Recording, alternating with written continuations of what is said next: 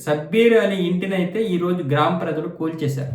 ఇక వాళ్ళకి చిరాకు వచ్చేసింది. ఆవేశం కట్టలు తెంచుకోవడంతో దెబ్బకి ఆయన ఇంటిని, గెస్ట్ హౌస్ ని కూల్చేశారు. ఎక్కడ మెదక్ జిల్లాలోని నార్సింగి మండలంలో జ్ఞప్తి శివనూరు ఉంది కదా, జ్ఞప్తి శివనూరు అనే గ్రామంలోన ఆయన ఇంటిని కూల్చేశారు. అది వందల సంవత్సరాల నాటి రోడ్డు అంట. గ్రామ ప్రజలు పొలాలకు వెళ్లాల్సినటువంటి రహదారిని ఈయన కబ్జా చేసి ఇల్లు కొట్టేసుకున్నాడు. ఊరుకుంటారా?